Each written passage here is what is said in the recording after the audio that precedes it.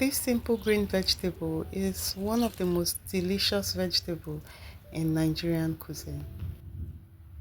Water leaf is in some of our most favorite soups, and it's packed with nutrients and so easy to grow that you can plant it right at home with no stress.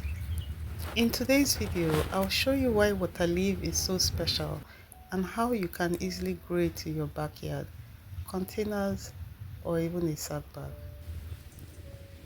Water leaf is a key ingredient in Nigerian cuisine, especially in soups like edikaikong and afang soup.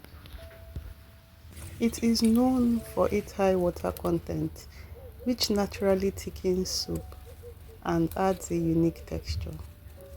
But beyond cooking, water leaf is also used medicinally. It helps improve blood circulation, aids digestion, and even supports heart health. So I just harvested some water leaves to make edikaikong soup for dinner. Edikaikong is a type of vegetable soup in Nigeria. I'm just so glad I get to harvest them fresh from my home garden. But before I show you how I made the vegetable soup, let me show you how I easily grow these at home, and you can grow them anywhere on any soil, containers, small spaces, name it. And the best part of growing these water leaves is you can grow them from any part of the plant, from the stem, that's the cuttings, from the seed, and even from the leaves. I'll show you how. Let's start with the stem. So you can just take out the leaves after harvesting. Growing from cuttings like this is the fastest way to grow your water leaves. And for the type of soil water leaf needs, water leaf can grow in literally anything, but it loves moist, rich soil with organic matter. It can grow in almost any type of soil. Just take a fresh stem, stick it into the soil, and in a few days, it will start growing new leaves. You can grow it in the ground like I'm doing, or in sack bags, old buckets, and even plastic bottles if you don't have space like that. And you only need just very few plants. If you're planting water leaf from seeds, which is very rare because most people prefer growing them from cuttings because of how easy it is to grow. Water leaf seeds are tiny, but they sprout quickly when planted in moist soil. It is one of the tiniest seeds ever, so I think people are confused because they mostly bury the seeds too deep in the ground. But let me show you how I grow them from seeds. The seeds come after the beautiful pink flowers have been pollinated. Bees and insects love these flowers. They are so beautiful. And then when they dry up, they pop on their own and their seeds spread everywhere. So when you're going to grow water leaves and seeds, you just want to mimic nature and spread it around your bed. Don't cover the seeds in soil. They will be fine on their own. And in a few days, they will germinate and you have little seedlings like this all over your garden or wherever you have sowed the seeds. I don't bother planting water leaves anymore in my garden. They just sprout on their own every time their seeds pop. And I have more water leaf than I need. In fact, it has become like a weed in my garden. And I only had to plant it once, and that one time was just enough for me. In fact, I don't think I ever planted water leaves in this garden because when I moved to this property, it already had water leaves growing in them on their own, just like weeds. So I just carried on like that. And I've never had to plant water leaves. You can harvest water leaves at any stage, and this is the best way to harvest water leaves. Just break the stem and still leave the plant in the ground to continue growing.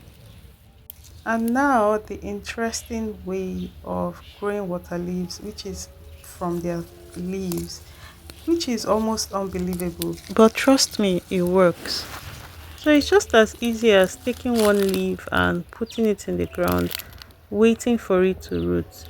In this video, I have water leaf that I put in the ground.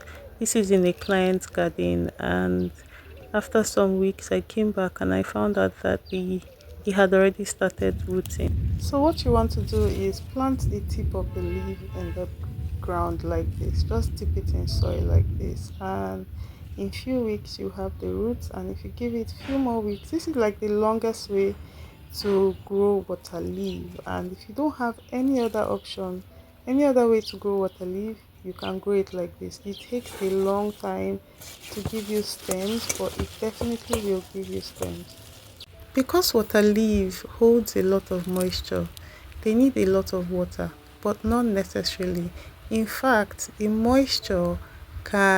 water content in the leaf can keep it alive, can keep the plants growing for a long period of time without watering. This is why it is one of the best plants to grow in the dry season and also in the rainy season, because it can take a lot of water but not too much water. Don't waterlog your soil. And then it can also thrive in dry season. If you don't water it, water leaf will be fine. And there's no need for complicated plant food.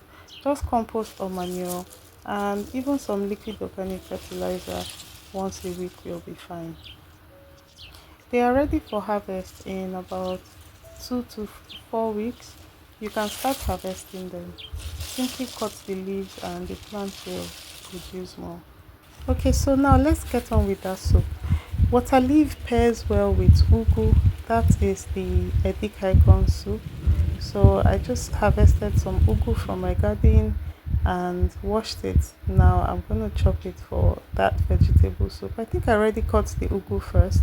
Yeah, and then we have our fresh water leaves for this soup. In the comments, you can tell me your favorite way of eating water leaf soup. Is it in afang soup? Is it in edikaikong soup?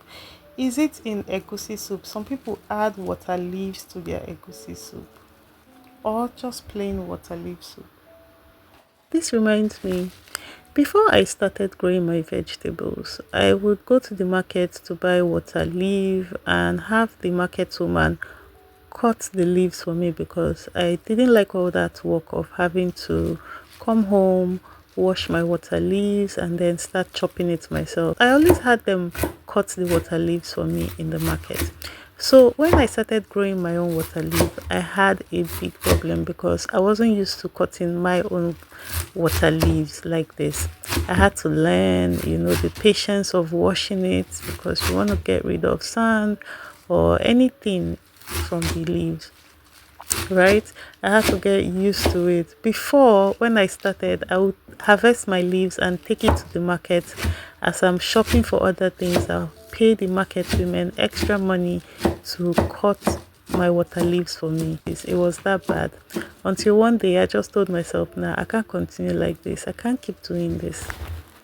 The best part about growing and harvesting your water leaves is you get to wash it before cutting. Whereas if you go to the market and you buy your water leaves and you have the market women cut them for you, they won't wash it. They'll just cut it, and then you come home and wash it. But you are losing nutrients as you're washing that already cut water leaf. That's one thing I realized, and I'm grateful for. So this video is already too long. I don't want to bore you with the process of making this edikaikong soup. So I believe that making edikaikong is a separate video on its own. So if you want to see how I make my own edikaikong soup or my own vegetable soup using water leaves and ugu, then tell me in the comment section and I'll make a separate video for that.